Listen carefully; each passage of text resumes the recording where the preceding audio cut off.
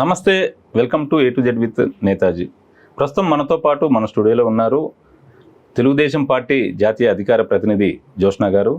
ఆవిడని అడిగి ఆంధ్రప్రదేశ్ ఎన్నికల్లో ఏ పార్టీ గెలవబోతుంది ఏంటి అన్నది తెలుసుకుందాం. నమస్తే మేడం. నమస్తే అండి. ఎలా ఉన్నారు? చాలా బాగున్నాం, చెప్పండి. మంచి జోష్లో కనపడుతున్నారు. గెలుపు దిశగా వెళ్తున్నప్పుడు ఖచ్చితంగా ఆ జోష్ అనేటువంటిది కనబడుతుంది కదా. అంటే ఆత్మవిశ్వాసమా అతి విశ్వాసమా? ఆత్మవిశ్వాసంతో పాటుగా ప్రజల మీద నమ్మకం, మా పని మీద మాకు నమ్మకం. మరి కొన్ని సర్వేల్లో ఇప్పటికీ వైసీపీకే చూపిస్తున్నాయి కదా మేడం.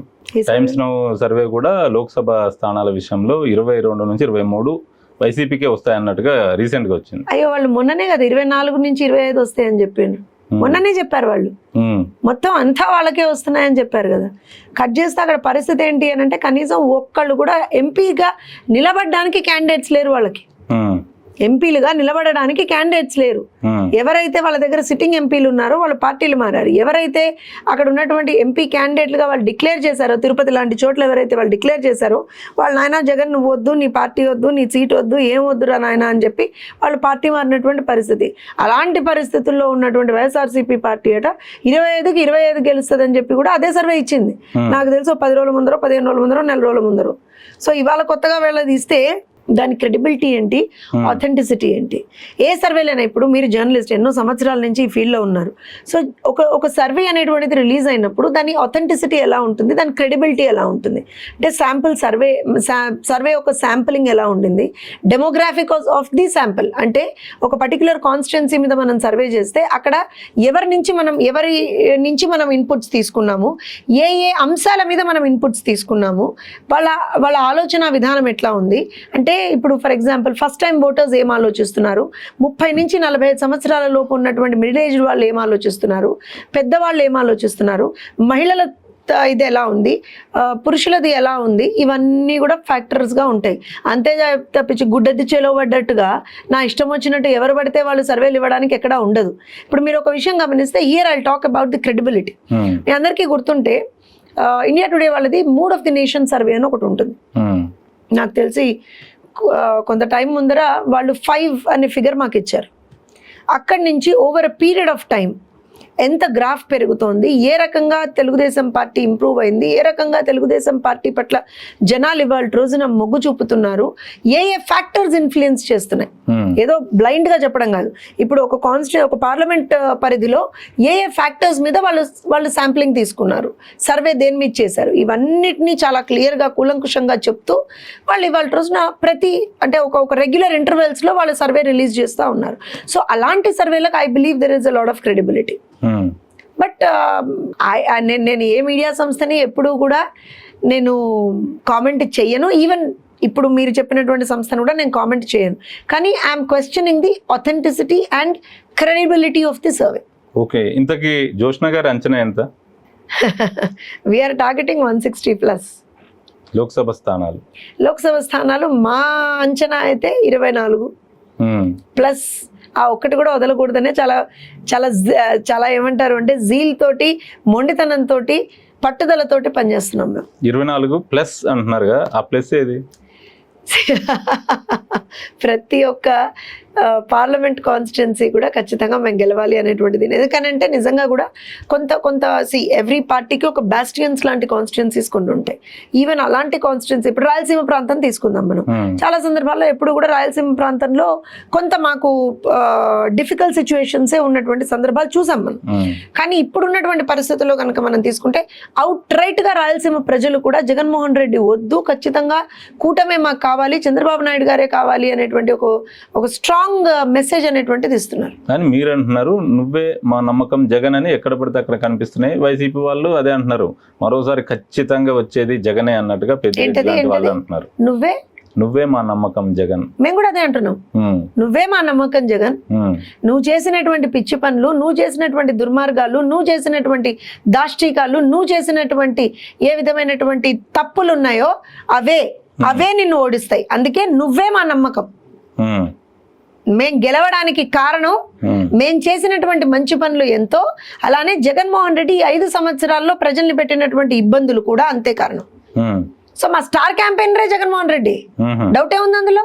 అంతే అంటారా? డౌటే ఉంది అందులో. ఇప్పుడు ఏ సభలకన్నా వెళ్ళి ఎవరి గురించన్నా మాట్లాడుతున్నాడా? అంటే అక్కడ ఉన్నటువంటి కాన్స్టిట్యున్సీలో యూనో ఫర్ ఎగ్జాంపుల్ మొన్న కడప వెళ్ళాడు. కడపలో ఒక ఎంపీగా నిలబడుతున్న వ్యక్తో లేకపోతే ఎమ్మెల్యేగా నిలబడుతున్నటువంటి వ్యక్తో వాళ్ళ గురించి మాట్లాడాలి కదా, అంతే కదా. ఏం మాట్లాడుతున్నాడు? ఒక 100 సార్లు చంద్రబాబు నాయుడు గారి పేరు తీసుకున్నాడు, 100 సార్లు. ఇటు కూడా అంతే కదా, చంద్రబాబు గారు కూడా అంతే కదా. Absolutely not, absolutely. మీరు ఏ సభన్నా తీసుకోండి, సైకో అంటున్నారు. మేము ఎందుకు చెప్తున్నాము అని అంటే, మేము దానికి మీకు నేను ఇప్పుడు ఫర్ ఎగ్జాంపుల్ డెఫినెట్ గా మేము కంపారిజన్ అయితే చూపిస్తాం కదా. పరస్పర ఆరోపణలు లేదు, నేను అదే చెప్తాను. మీరు ఎప్పటిదో వద్దు. నిన్న జరిగినటువంటి కొవ్వూరు గోపాలపురం సభలు తీసుకుందాం. కొవ్వూరులో కావచ్చు, గోపాలపురంలో కావచ్చు, మేమేం చేసాం 2014 నుంచి 2019 వరకు మేము అధికారంలో ఉన్నప్పుడు ఏం చేసాం ఆ కాన్స్టిట్యున్సీకి. ఈ 5 సంవత్సరాల్లో జగన్మోహన్ రెడ్డి గారు ఏం చెయ్యలేదు. రేపు రాబోయే ఏదైతే టర్మ్ ఉంటుందో మాది, అందులో మేమేం చేస్తాం చాలా క్లియర్ గా చెప్పాం. చంద్రబాబు నాయుడు గారు చాలా క్లియర్ గా క్యాంపెయిన్ చేస్తున్నారు. మేమేం చేసాం, జగన్మోహన్ రెడ్డి ఎక్కడ వైఫల్యం చెందాడు, రేపు పొద్దున మేమేం అష్యూరెన్సెస్ ఇస్తున్నాం. సింపుల్. మా క్యాంపెయిన్ మెథడాలజీ చాలా చాలా సింపుల్ గా ఉంది. అక్కడేమో పొద్దున్న లేస్తే అరిగిపోయిన గ్రామఫోన్ రికార్డ్ ఒకటే, దుష్ట చతుష్టయం, చంద్రబాబు నాయుడు గారి గురించి తిట్లు, పవన్ కళ్యాణ్ గారి గురించి తిట్లు, నేను ఒంటరిని, నేను మీ బిడ్డని ఆశీర్వదించండి, నాకెవరూ లేరు. మీరు చెప్పండి, నేను చెప్తా. అదికి మించి దానికి మించినటువంటి క్యాంపెయినింగ్ ఎక్కడన్నా మీకు కనిపించింది? నిజమే కదా. ఇప్పుడు ఇంకో కొత్త క్యాంపెయిన్, ఒక్కరిని కొట్టడానికి ముగ్గురు కలిసారు. నిజమా కాదా? ఒక నిమిషం. ఇక్కడ ఇంకో క్యాంపెయినింగ్ లైన్ వాళ్ళది ఈ మధ్య యాడ్ అయింది. చెప్పనా మీకు? చెప్పండి. ఎంత పెద్ద పారిశ్రామికవేత్తలైనా, ఎంత ఆస్తున్నా సరే పక్కన నిలబెట్టుకొని వీళ్ళు ఈ పర్టికులర్ కాన్స్టిట్యున్సీలో వీళ్ళు కంటెస్ట్ చేస్తున్నారు, అంతంత మాత్రమే వీళ్ళకు ఉన్నటువంటి ఆస్తులు, అంతంత మాత్రమే. ఇది కొత్తది. వాళ్ళ ఆ గ్రామఫోన్ రికార్డుకి, అరిగిపోయిన గ్రామఫోన్ రికార్డుకి ఇది డాడ్ అయింది మధ్యలో. మీరు ఏమన్నారు? ఇప్పుడు ముగ్గురు 3 పార్టీలు కలిసి వైసీపీని గద్దెదించాలన్న ఏకైక లక్ష్యంతో కూటమిగా ఏర్పడ్డాయి కదా. డెఫినెట్. దాన్ని బట్టి మరి ఆయన ఒంటరని చెప్పుకుంటున్నాడు, అందులో తప్పే ఉంది? అయ్యో, మీకు అలా అర్థమైందా? ఆయన ఒంటరని ఎక్కడ చెప్పుకుంటున్నాడు? మా అమ్మ నన్ను వదిలేసింది, మా చెల్లి నన్ను వదిలేసింది, ప్రజలు వదిలేశారు, నా పార్టీ వాళ్ళు వదిలేశారు. వదిలేశారని ఆయన చెప్పుకోలేదు కదా ఎక్కడ. ఇక దాని అర్థమే ఉంది. ప్రజలు ఎక్కడైనా ఒక్క నిమిషం కాబట్టి ఏదైనా చెప్తారు. నేను professor. I tell you one thing. మొన్న స్టార్టింగ్ ఆఫ్ ఆయన ఇదేంటది బస్ యాత్ర, తుసి యాత్ర ఏదో స్టార్ట్ చేశాడుగా ఒక 5-6 రోజుల క్రితం. సో బస్ యాత్ర, సరే మీరు మళ్ళీ ఇబ్బంది పడతారు, నేను తుసి యాత్ర సరే ఏదో బస్ యాత్ర అనుకుందాం. ఆ బస్ యాత్ర స్టార్ట్ చేశాడు కదా, అందులో కనీసం అతనికి సంబంధించినటువంటి కాన్స్టిట్యున్సీ అది కదా, అంటే తన బ్యాస్టియన్ అని చెప్పుకుంటారు కదా, కనీసం అక్కడ బస్ వెనకాల కూడా 50 మంది లేరు. బస్ వెనకాల కూడా. ఇక ప్రజలు వదిలేకపోతే ఏమైంది చెప్పండి? ప్రతిపక్షాల వాళ్ళని తిట్టి, ప్రతిపక్షాల వాళ్ళ మీద దుమ్మెత్తిపోసి 24 గంటలు తిట్లు, బూతులు, దాడులు, హత్యలు, ఇవే కదా నువ్వు చేస్తున్నది, విధ్వంసాలు మళ్ళా. సో ప్రజలు ఎందుకు నీతో ఉంటారు? ప్రజల్ని ఇబ్బంది పెడుతున్నాడు కదా జగన్మోహన్ రెడ్డి. నేను ఒంటరి అని ఎందుకు చెప్పుకుంటున్నాడు? మా అమ్మ నన్ను వదిలేసి వెళ్ళింది, మా చెల్లి నన్ను వదిలేసి వెళ్ళింది, నేను ఇచ్చినటువంటి సీట్లు ఇచ్చినటువంటి క్యాండిడేట్లు కూడా నన్ను వదిలేసి వెళ్ళిపోయారు, నా ఎమ్మెల్యేలు నన్ను వదిలేసి వెళ్ళిపోయారు, నా ఎంపీలు నన్ను వదిలేసి వెళ్ళిపోయారు, ఆఖరికి ప్రజలు కూడా నన్ను వదిలేస్తున్నారు. అయ్యయ్యో నేను ఒంటరిని, నన్ను మీరే కాపాడాలని చెప్పి ప్రజల ముందరికి వచ్చి మళ్ళీ ఓల్డ్ సెంటిమెంటల్ డ్రామా మళ్ళీ స్టార్ట్ చేశాడు. కాదంటారా? 2009లో వాళ్ళ నాన్నగారు చనిపోయినప్పుడు ఏం చెప్పాడు? మా నాన్నని చంపేశారు, రిలయన్స్, సోనియా గాంధీ, చంద్రబాబు నాయుడు గారు వీళ్ళందరూ కలిపి మా నాన్న మీద దాడి చేశారు, మా నాన్నని చంపేశారు. అవునా? రిలయన్స్ ఆస్తుల మీద దాడులు చేశారు కదా ఆ రోజున వీళ్ళందరూ కలిసి. మా నాన్నని చంపేశారు, నేను తండ్రి లేని బిడ్డని, నన్ను ముఖ్యమంత్రిని చేయరా ప్లీజ్ ప్లీజ్ ప్లీజ్ అని అడుక్కున్నాడు ఆ రోజున. 2014 అంటే నాకు ఒక విషయం తెలియదు. రాజకీయం అంటే ఏంటండి? రాజకీయం అంటే ఏంటి? మా నాన్న ఎందుకు చేస్తారు? ఆయన ఏ పార్టీలో ఉన్నాడు? నేను చెప్తా. అప్పుడు ఎవరిని అడిగాడు?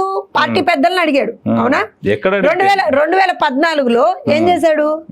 మళ్ళీ ప్రజల మధ్యకి వెళ్ళాడు, అరిగిపోయిన గ్రామఫోన్ రికార్డు మళ్ళా, మా నాన్నని చంపేశారు, నేను తండ్రి లేని బిడ్డని, నన్ను మీరే ఇవాళ రోజున హక్కును చేర్చుకోవాలి, నన్ను ముఖ్యమంత్రి చేయరా ప్లీజ్ ప్లీజ్ ప్లీజ్ అన్నారు. మొన్నే రాష్ట్రం విడిపోయింది, నీలాంటి వాడిని తెచ్చుకుంటే మళ్ళీ మా రాష్ట్రం ఆగమైపోతుందరా నాయన అని చెప్పి ప్రజలు చీత్కరించారు. ఆగండి, నేను చెప్తున్నా కదా, సీక్వెన్స్ ఆఫ్ ఈవెంట్స్ అనేటువంటివి జగన్మోహన్ రెడ్డి గారి ఆ మెలో డ్రామాలు ఎలా ఉంటాయో తెలవాలి కదా ప్రజలకు కూడా. 2019 ఎలక్షన్స్ ఏమైంది? మా చిన్నాన్నని చంపేశారు, నరాసుర రక్త చరిత్ర, గొడ్డలి పెట్టి ఇలా ఇలా ఇలా ఇలా కొట్టారు మా చిన్నాన్నని. ఇంత దారుణమా? అసలు అప్పుడు పోలీసులకు కూడా తెలియదు గొడ్డలని. పోలీసులు కూడా ఏదో షార్ప్ ఆబ్జెక్ట్ అన్నారు, గొడ్డలని పోలీసులకు కూడా తెలియదు. సాక్షాత్తు సిబిఐకి 3 సంవత్సరాలు పట్టింది అది గొడ్డలని తెలుసుకోవడానికి, సిబిఐకి. కానీ మరి జగన్మోహన్ రెడ్డి గారికి ముందరే తెలిసింది. గొడ్డలి పోటు వేసి మా చిన్నాన్నని చంపేశారు, నా మీద దాడి చేశారు, కోడి కత్తితో నన్ను చంపాలని దాడి చేశారు. సో నన్ను ముఖ్యమంత్రిని చేయండి, సో నన్ను ముఖ్యమంత్రిని చేయండి. అందుకే చేశారంటారా? నేను ఆగండి, దానికి ఇంకోటి ఉంది. ఏంటి? ఫ్యామిలీ రోడ్డు మీదకి వచ్చి ఒక్క ఛాన్స్ ప్లీజ్, ఒక్క ఛాన్స్ ప్లీజ్, ఇప్పటి వరకు ఇన్నిసార్లు అడుక్కున్నాం, మీరు ఇవ్వలా మాకు, ఒక్క ఛాన్స్ ప్లీజ్ అని ఫ్యామిలీ రోడ్డు మీదకి వచ్చి, అదేదో సినిమాలో మహేష్ బాబు గారి సినిమాలో ఉంటుంది చూసారా, ఫ్యామిలీ ఉప్మాతని బతికేస్తున్నారు అన్నట్టుగా ఈ ఫ్యామిలీ రోడ్డు మీదకి వచ్చి ఒక్క ఛాన్స్ అని అడుక్కున్నారు, గడ్డాలు పట్టుకొని అడుక్కున్నారు. తర్వాత ఇంకోటి ఏం చేశారు? దొంగ హామీలు, అబద్ధపు హామీలు, ప్రజల్ని మోసం చేసేటువంటి హామీలు. ఎలాంటివి? మద్యపాన నిషేధం కావచ్చు, సిపిఎస్ రద్దు కావచ్చు, లేకపోతే ప్రత్యేక హోదా తెస్తామని చెప్పడం కావచ్చు, ప్రతి సంవత్సరం జాబ్ క్యాలెండర్ ఇస్తామని చెప్పడం కావచ్చు, లేకపోతే డిఎస్సి ఇస్తామని చెప్పడం కావచ్చు, మెగా డిఎస్సి కావచ్చు. చంద్రబాబు నాయుడు గారు బాదుడు చేస్తున్నారు ధరల రూపకంలో. నేను వస్తే అసలు మీకు అసలు ఒకసారి మీ దగ్గర ఓల్డ్ క్యాంపెయినింగ్ వీడియోస్ ఉంటే ఒకసారి రివైండ్ చేసి పక్కన ప్లే చేస్తూ ఉండండి, ఈ వీడియోలో తెలుస్తుంది మీకు. బాదుడు అన్నాడు. ఏం చేశాడు? 5 సంవత్సరాల్లో 10 సార్లు, మొన్నటితో కలుపుకుంటే 10 సార్లు కరెంట్ ఛార్జీలు పెంచాడు. ఆ రోజున మేము ఒక్కసారి కూడా కరెంట్ ఛార్జీలు పెంచలా మా ప్రభుత్వ హయాంలో. ఇవన్నీ దొంగ హామీలు, అబద్ధపు హామీలు, దొంగ మాటలు కాదా? ఇవన్నీ చెప్పి ప్రజలను ఒక రకంగా ఇమోషనల్ బ్లాక్ మెయిల్ చేసి ఆ రోజున జగన్మోహన్ రెడ్డి అధికారంలోకి వచ్చాడు. వచ్చినప్పుడు ఏం చేశారు? ప్రజలు కూడా సరే నమ్మారు. నిజంగా కూడా నేను తప్పని ఏమనట్లేదండి, ప్రజలు కూడా ఎక్కడ నమ్మారు? ఆడబిడ్డలందరూ కూడా అవును సంపూర్ణ మద్యపాన నిషేధం చేస్తా అన్నాడు కదా, నిజమే కదా, నిజమే అని చెప్పి ఒప్పుకొని పాపం ఓట్లేశారు. అలానే యువత అందరూ ప్రత్యేక హోదా తెస్తా అన్నాడు, ఎన్నో జాబులు తెస్తా అంటున్నాడు, అదండి ఇదండి అని చెప్పేసి. ప్రభుత్వ ఉద్యోగులందరూ కూడా సిపిఎస్ రద్దు చేస్తామంటున్నారు. అప్పటికి నిజంగా కూడా మా ప్రభుత్వం హయాంలో ఉన్నప్పుడు మా ముందర ఆ ప్రపోజల్ వచ్చినప్పుడు అది ఎంత అంటే how much it is possible, viability ఎంత ఉంది లేదు అనేది మేము చాలా క్లియర్ గా చెప్పాము ఆ రోజున. But they were like no, Jaganmohan Reddy వారం రోజుల్లో చేస్తాడు అన్నా. మన ప్రభుత్వం వచ్చిన వారం రోజుల్లో సిపిఎస్ రద్దు చేస్తా అన్నా. జగన్మోహన్ రెడ్డి మాట ఇది, నా మాట కాదు. ఆ రోజున మరి ఆయన ప్రభుత్వం వచ్చి వారం రోజులు అవ్వలేదేమో ఇంకా, నాకు తెలియదు మరి. సో ఇవన్నీ చూసి జనాలు ఒక రకంగా దేవర్ క్యారీడ్ అవే అంటాను నేను. అండ్ హైయెస్ట్ మ్యాండేట్ ఇచ్చారు ఆయనకి, ఇది కూడా మనం ఒప్పుకోవాలి. Highest mandate 151 seats highest mandate ఇచ్చారు. ఏం చేశాడు 5 సంవత్సరాల్లో? ఇప్పుడు నేను మీకు ఇన్ని హామీలు చెప్పాను, ఇందులో ఒక్కటన్నా ఆయన చేశాడని చెప్పి మీరు చెప్పగలరా? ఒక్కటి. సంపూర్ణ మద్యపాన నిషేధం అన్నాడు, అటకెక్కించి ఆ హామీని మద్యం మీద ఇవాళ వచ్చేటువంటి ఆదాయాన్ని 25 సంవత్సరాల పాటు తాకట్టు పెట్టి ఇంతే మద్యం ఇంతే ఆదాయం వస్తుంది మద్యం మీద అని చెప్పి 25 సంవత్సరాలు తాకట్టు పెట్టి అప్పు తెచ్చాడు రాష్ట్రానికి. అంటే ఇంకో 25 years ఇంతే మద్యం మీద ఆదాయం. అంటే there is no abolition of liquor, right? అర్థమైపోయింది కదా, మద్యపాన నిషేధం ఉండదు. సిపిఎస్ రద్దు చేస్తామన్నారు, మరి ఏమైంది అని అడిగితే ఆ రోజున మాకు తెలియక అవగాహన లేమితోటి మేము ఆ హామీ ఇచ్చాం, మేము ఇప్పుడు అది కాదు ఇంకోటి చేస్తాం. సరే మరి ప్రత్యేక హోదా ఏమైంది? అయ్యా మెడలోంచుతా అన్నావు కదా, ప్రతిపక్షంలో ఉన్నప్పుడేమో చంద్రబాబు నాయుడు గారు ఉందో లేదో కానీ నాకు ఆ రోజున ఖచ్చితంగా మా నాయకుడు అంటే మాకు గౌరవం ఉంటుందండి, అలాంటి వాళ్ళకు ఉన్నా లేకపోయినా. One of the seasoned politician, one of the top notch politician in the country and in fact the world. So we have to give him that respect. So మీ పార్టీకి సంబంధించినటువంటి ఎంపీలను రాజీనామా చేయించండి, ప్రత్యేక హోదా సాధిద్దాం, మీకు దమ్ముంటే రాజీనామా చేయండి. చిటికలేసి చెప్పాడు ఆ రోజున. ఏమైంది? తెచ్చాడా? వినండి, మెడలు ఉంచాడా? ఎక్కడన్నా కనపడ్డాయి ఆయన ఉంచిన మెడలు ఎక్కడన్నా కనపడ్డాయి మీకు 5 సంవత్సరాల్లో? అయిపోయింది. 2021 కల్లా పోలవరం కంప్లీట్ చేస్తాం, నీళ్ళు ఇస్తాం, ఇది జగనన్న హామీ అన్నాడు. ఏమైంది పోలవరం? మా హయాంలో 72-73% మేం కంప్లీట్ చేస్తే ఈ మహానుభావుడు వచ్చిన తర్వాత కనీసం 2% కూడా కంప్లీట్ చేయలేకపోయాడు దాన్ని. ఇది పరిస్థితి. ఇంతెందుకండి, అన్నమయ్య ప్రాజెక్టు సంబంధించి ఏం జరిగింది చూడలేదా మనం? ఏం జరిగిందో చూడలేదా? ఎన్ని హామీలు చెప్పమంటారు? సార్ పెన్షన్స్ ఇస్తున్నారు కదా, పెన్షన్స్ బటన్లు పెన్షన్స్ నొక్కుతున్నారు విషయం కదా. కూడా నేను చెప్తాను. ఆ పెన్షన్లను మీరు నిమ్మగడ్డ రమేష్ గారితో ఈసీకి లేఖ రాయించి నిమ్మగడ్డ అడ్డుకునే రమేష్ కుమార్ గారు ప్రయత్నం చేశారన్నది వైసీపీ ప్రధాన ఆరోపణ.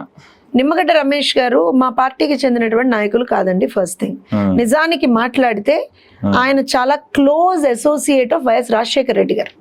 నిమ్మగడ్డ రమేష్ అనేటువంటి వ్యక్తి చంద్రబాబు నాయుడు గారికి ఒక రకంగా బద్ద వ్యతిరేక ఆయన.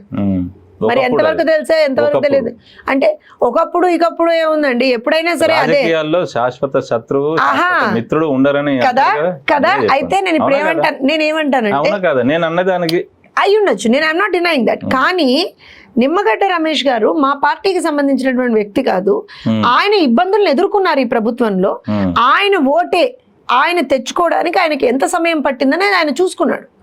చూసుకొని ఈ started an organization and is going because he is an election officer కాబట్టి ఆయనకు తెలుసు what is the situation. And చాలా చాలా నిజాయితీపరుడైన ఆఫీసర్ అండి ఆయన. వైఎస్ రాజశేఖర రెడ్డి అసోసియేట్ అయినా సరే that we have to accept. So ఆయన హీ టుక్ అ స్టాండ్. దానికి చంద్రబాబు నాయుడు గారికి తెలుగుదేశం పార్టీకి ఏం సంబంధం? First thing. రెండో థింగ్, సెంట్రల్ ఎలక్షన్ కమిషన్ వాళ్ళు, ఎలక్షన్ కమిషన్ ఆఫ్ ఇండియా వాళ్ళు ఒక ఇన్స్ట్రక్షన్ ఇచ్చారు. వాలంటీర్లు ఏమన్నా ప్రభుత్వ ఉద్యోగులా? కాదు కదా, కాదు కదా. అండ్ ఆల్సో వాలంటీర్లు మా పార్టీకి సంబంధించినటువంటి వాళ్ళని ఎన్నో సందర్భాల్లో చాలా ప్లాట్ఫామ్స్ మీద సాక్షాత్తు జగన్మోహన్ రెడ్డితో సహా అందరూ ఒప్పుకున్నారు కదా, ఒప్పుకున్నారు కదా. సో ఖచ్చితంగా వాలంటీర్లకు సంబంధించి వాళ్ళు కనుక ఇవాళ రోజున ఈ స్కీమ్ డిస్పర్సల్స్లో కావచ్చు, బెనిఫిట్స్ డిస్పర్సల్స్లో కావచ్చు వాళ్ళు ఉంటే ఒక అది ఇన్ఫ్లుయెన్స్ చేయడం అవుతుంది ఎలక్షన్స్ని. సో ఖచ్చితంగా ఎలక్షన్ కమిషన్ ఆఫ్ ఇండియా ఒక స్టాండ్ తీసుకుంది. దాంతోపాటుగా ఎలక్షన్ కమిషన్ ఆఫ్ ఇండియా ఇంకో స్టాండ్ ఏం తీసుకుంది? ఎవరైతే సచివాలయాలకు వచ్చి తీసుకోలేరో వాళ్ళకి ఆల్టర్నేట్ అరేంజ్మెంట్గా ప్రభుత్వ ఉద్యోగులతో మీరు ఇళ్ళ దగ్గరికే పెన్షన్లు ఇవ్వండి అని కూడా చెప్పింది. ఏమి వినపడలేదా? జగన్మోహన్ రెడ్డి గారికి వినపడలేదా? దీనికి చంద్రబాబు నాయుడు గారికి ఏం సంబంధం అండి? మేము ఎందుకు ఆపుతాం? ఇవాళ ఎవరు ఆపారు? జగన్మోహన్ రెడ్డి ఆపారు. మీకు ప్రూఫ్స్తో సహా చూపిస్తాను నేను. జగన్మోహన్ రెడ్డి గారు ఎట్లా ఆపారో నేను ప్రూఫ్స్తో సహా చూపిస్తాను చూడండి. ఎందుకంటున్నా అంటే వీళ్ళు ఎంత దుర్మార్గంగా అనుక్షణం ప్రజలకి సంబంధించినటువంటి అంశాల మీద ఏ రకంగా ఒక దుష్ప్రచారం చేస్తూ ఉంటారు అనేటువంటి దాని మీద I think we have to concentrate more on that. 28 March Sakshi paper. ఎవరిదండి సాక్షి పేపర్?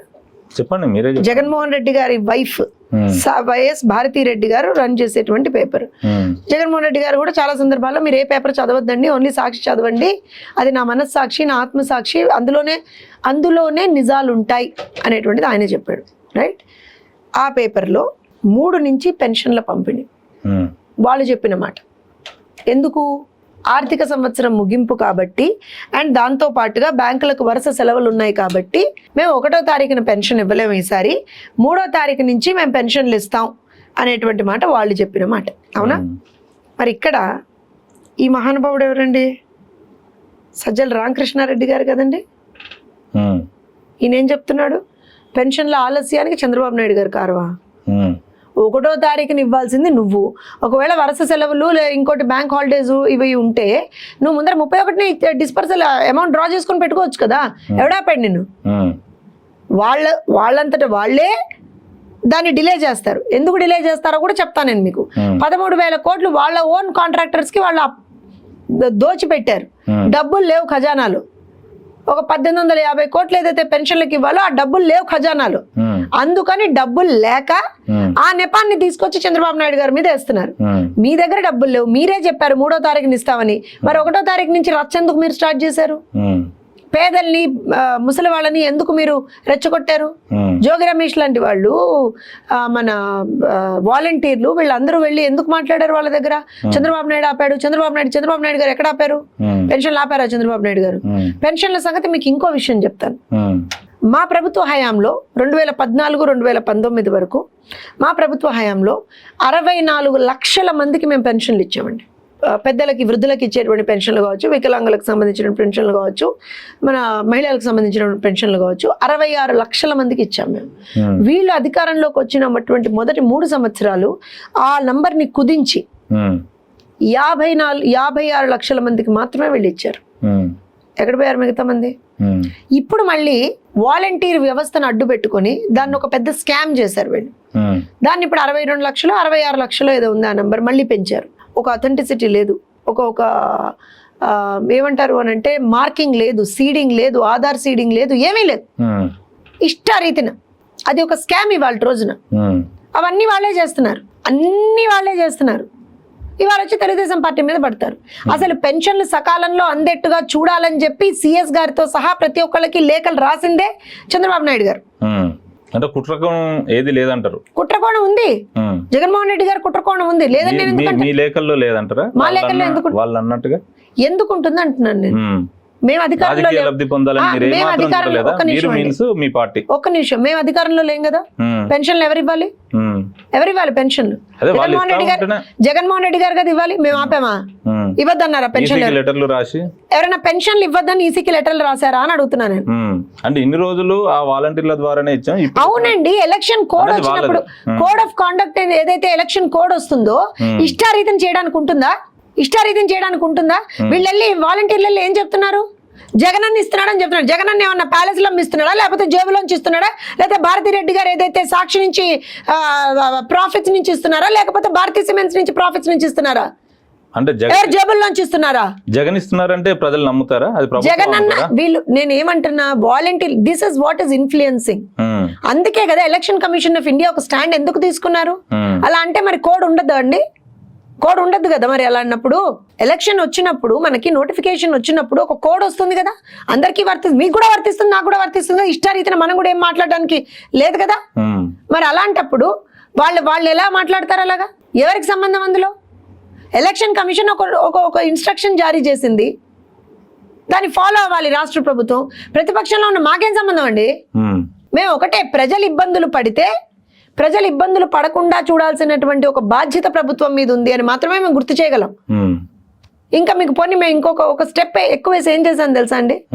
నిన్న వీళ్ళు ఏం చేశారు, దుర్మార్గంగా 2 రోజుల నుంచి పండు ముదుసల్ని రోడ్డు మీద ఎండలో మంచాల మీద బల్లాల మీద మోసుకొచ్చి నానా హంగామా చేస్తూ ఆ సచివాలయాల దగ్గర పొద్దున్న 9 నుంచి నిలబెట్టి వాళ్ళకి ఇబ్బంది పెడతా ఉంటే మా పార్టీకి సంబంధించిన నాయకులందరూ వాళ్ళకి అక్కడ నిలబెట్టి పాపం వాళ్ళకి భరోసా ఇస్తూ మజ్జిగ, మంచినీళ్ళు, అన్నం అవన్నీ మా పార్టీ నాయకులు పెడుతున్నారు.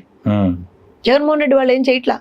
కనీసం ప్రభుత్వం నుంచి ఒక్క సపోర్ట్ కూడా లేదు. మీకు ఇక్కడ ఇంకో ఎగ్జాంపుల్ చెప్తాను చూడండి. వీళ్ళు ఎంత దుర్మార్గంగా ఉన్నారు అని అంటే, అసలు యాక్చువల్గా 3rd నుంచి మేము ఎలక్షన్స్ మన పెన్షన్స్ ఇస్తామని వీళ్ళే కదా చెప్పింది. 3వ తారీఖు సాయంత్రం వరకు కూడా అమౌంట్స్ అసలు పడలేదండి. ఒక్కొక్క సచివాలయంలో 14 లక్షలు 15 లక్షలు ఎక్కడైతే పడాలో అక్కడ 9,000 6,000 అలా పడ్డాయి. మరి వీళ్ళందరినీ పిలిచి అక్కడికి తీసుకెళ్ళింది వీళ్ళే కదా. అంటే ఏ రకంగా వృద్ధుల జీవితాలతోటి వాళ్ళ రోజున ఆడుకుంటున్నారు జగన్మోహన్ రెడ్డి అండ్ బ్యాచ్. ఇవన్నీ అర్థం చేసుకోవాలి కదా. నేను అందుకే చెప్తున్నా, కుట్రకోణం ఉంది, 1000% కుట్రకోణం ఉంది. జగన్మోహన్ రెడ్డి కుట్ర చేస్తున్నాడు. 2009లో నాన్నని వాడాడు, 2019లో బాబాయిని వాడాడు, ఇవాళ వృద్ధుల్ని వాడుతున్నాడు. శవ రాజకీయం తప్పించి జగన్మోహన్ రెడ్డికి ఏం రాదు. వైఎస్ఆర్సీపీ డిఎన్ఏ శవ రాజకీయాలు, తెలుగుదేశం పార్టీ డిఎన్ఏ సేవా రాజకీయాలు, ప్రజా రాజకీయాలు.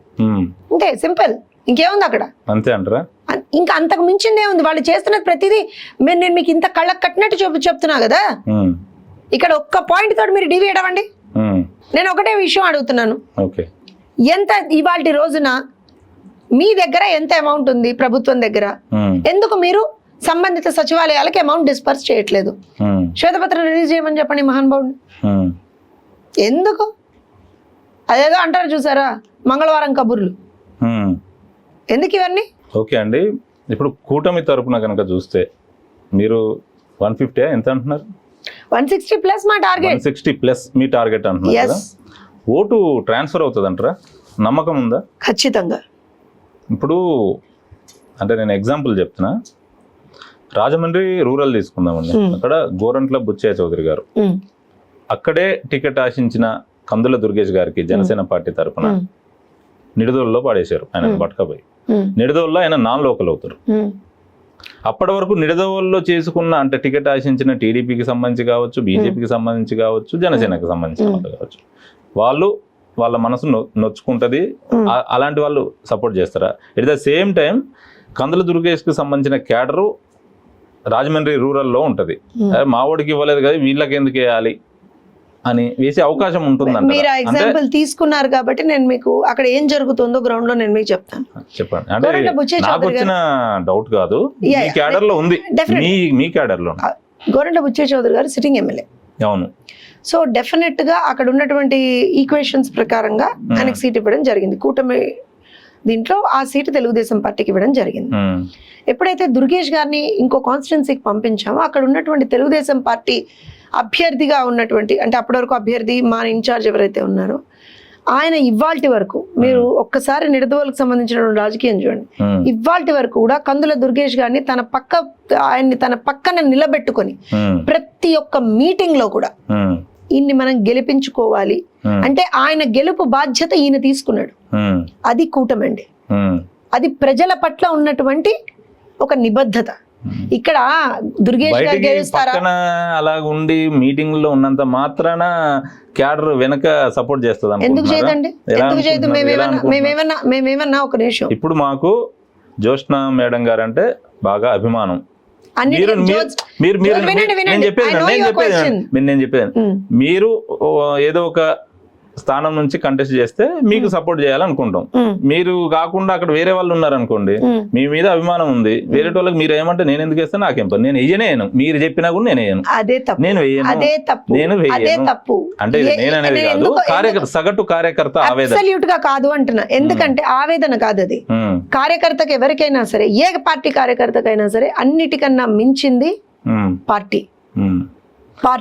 అదే పార్టీకి కార్యకర్తల అభిప్రాయం కూడా ముఖ్యమే. నేను అదే చెప్తున్నాను, అభిప్రాయం ముఖ్యంతో పాటుగా ఎప్పుడైతే కూటమిలో ఉంటామో, ఒక అలయన్స్ లో ఉంటామో, ఇలాంటి త్యాగాలకు అందరం సిద్ధపడతాం, కార్యకర్తలతో సహా. మీరు అన్నారు చూసారా, ఇప్పుడు నేను నిలబడాలని కోరుకున్నారనుకోండి, నాకన్నా ఇంపార్టెంట్ ఎవరు? చంద్రబాబు నాయుడు గారు party, Telugu Desam party. So when you look at the larger picture, ఖచ్చితంగా తెలుగుదేశం పార్టీ పట్ల నా నిబద్ధత అనేటువంటిది తొణకదు, బెనకదు, ఇంచు కూడా, ఇసుమంతా కూడా అటు ఇటు కాదు. తెలుగుదేశం పార్టీ కార్యకర్తలు అంత నిబద్ధతతో పనిచేస్తారు. మా చంద్రబాబు నాయుడు గారు ఎవరు ఎటు పోరండి,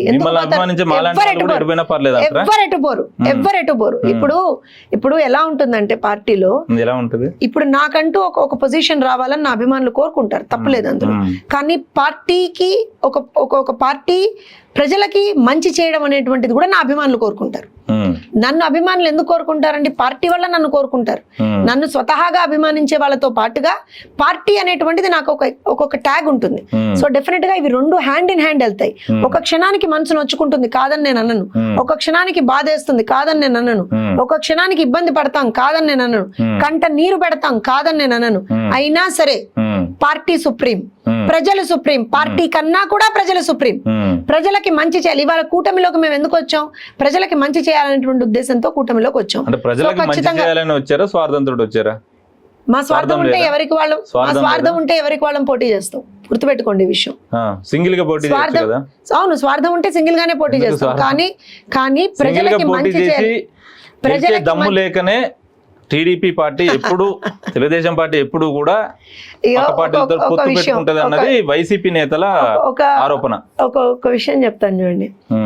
ఇప్పుడు సింహం, సింగిలు, పులులు ఇవన్నీ దిక్కుమాలిన ఎలివేషన్స్. ఎలివేషన్స్ వాళ్ళని పక్కన పెడదాం. ఇప్పుడు ఎప్పుడైనా సరే ఒక పొత్తు పెట్టుకోవడానికి కూడా ఒక క్రెడిబిలిటీ ఇంపార్టెంట్. ప్రతి ఎలయతో, మలయతో, పొలయతో ఎవరు ఏం పొత్తులు పెట్టుకోరు. గేరతో పొత్తులు పెట్టుకోరు. పొత్తులు పెట్టుకోవాలన్నా సరే ఆ పార్టీకి ఒక క్రెడిబిలిటీ ఉండాలి, ఆ నాయకుడికి ఒక క్రెడిబిలిటీ ఉండాలి, ఆ పార్టీకి ఒక సిద్ధాంతం ఉండాలి. సో ఇవాల్టి రోజున తెలుగుదేశం పార్టీ పొత్తులు పెట్టుకుంటుందంటే, అవును, మేము ఏ రోజున కూడా సింగిల్ గా మా ఓన్ గురించి మేము ఎప్పుడూ ఆలోచించాం.